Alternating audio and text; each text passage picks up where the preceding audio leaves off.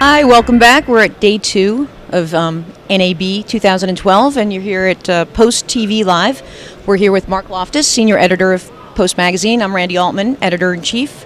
And this is Bryce Button from AJA. And they had a bunch of new announcements yesterday, and they're all pretty cool. And he brought props, so we're going to show you what he's talking about as well. But you want to start off with the Key Pro Quad? Yes, we had a rather thrilling day yesterday. We introduced the Key Pro Quad to the world.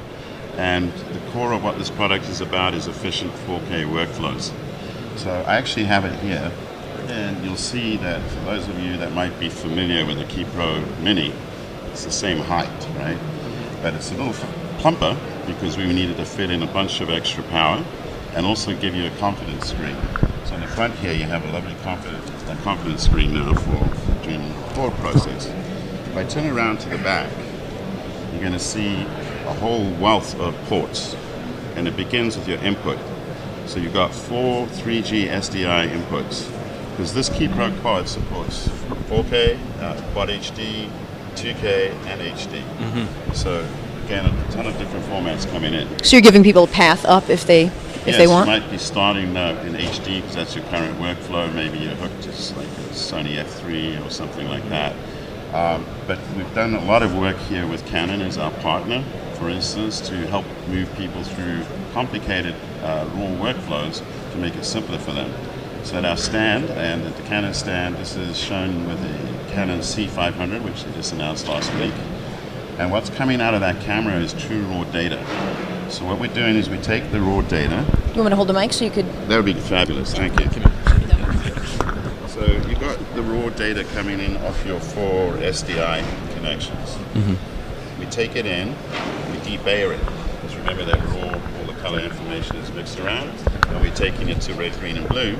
And then in real time, we're encoding it to ProRes to SSD. Mm-hmm. So that's what we have here is our new SSD modules that we'll be recording to. And that's something you could hand write off for editorial purposes. Correct. So at the simplest form, in terms of working with 4K, we're going straight from lens to post again, just like we've done with HD with the original Key Pro. Mm-hmm. At the same time, you're going to want to preserve that raw material because it gives you the most flexibility for future proofing.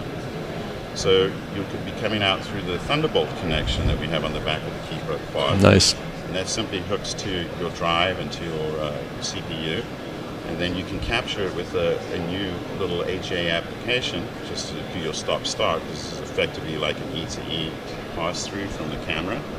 And then Canon will also have their color correction software by the time this is released, so that we can obviously do any other light work you might need to do. Mm-hmm. At the same time, there are 4 SDIs out, so you can drive some of the new 4K monitors coming. Another announcement from Canon last week was a new 4K display, a nice smaller 4K display for use on set. Mm-hmm. So you'd be driving that at the same time. But you'll notice there's a third level here of connectivity, again with an SDI at the top. And what that's for is HD SDI that's always on.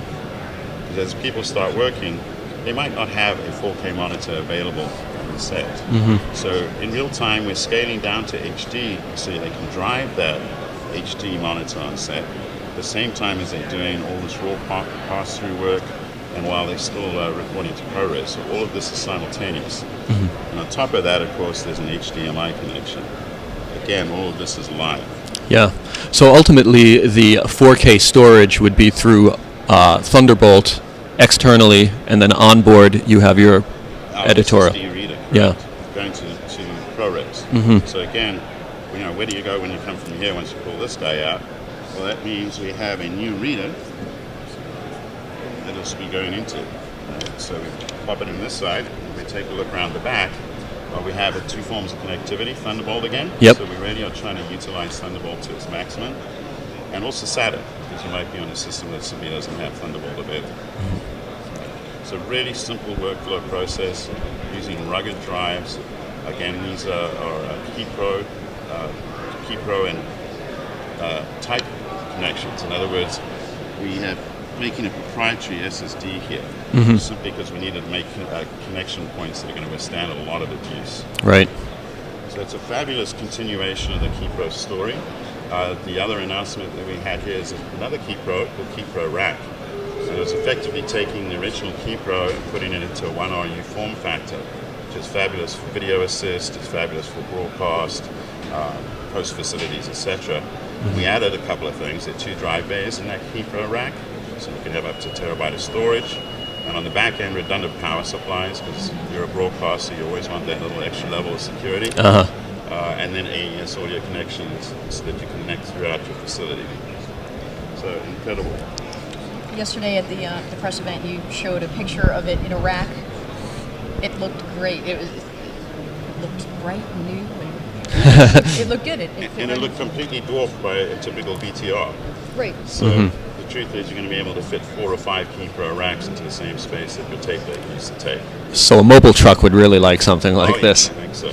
How far away are they from being deliverable? So the KeyPro rack started shipping yesterday. Nice. We also added Avid DNX HD support to the KeyPro Mini for folks who already own one. In typical AJA fashion, you buy one of our products and we'll keep giving you capabilities as we can bring them to market. So that's a free download. And the KeyPro Quad we're simply announcing will be shipping this year. Okay. Because we are working in conjunction with our partners at Canon. We want to make sure everything arrives correctly at this right time. When you look at this show, it's only a day in, but between the Canon announcements and your new products, is this really the 4K show? Is that what attendees will take out of this when they look back? I think they're going to decide it's 4K and it's Thunderbolt. Thunderbolt. Right. Speaking of which, Took a year, but I've got something in my pocket here. Oh yeah, this is our other new guy, little T-Tap. It's really small and minute, right? So what we got here is a little box that's designed to help you with your broadcast monitoring needs as you run around the globe, quite frankly. You are simply connecting to it through a Thunderbolt cable.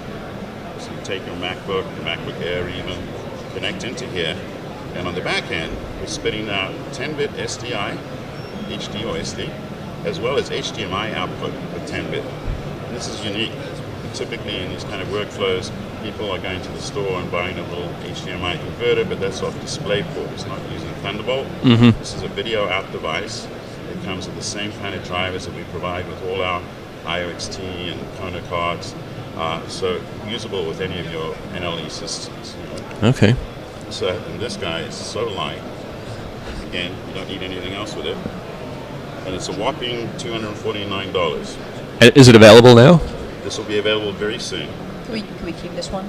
Well, maybe. I like it too much, though. It is nice. These things up. Fine. So, thank you. Thank Very you. cool.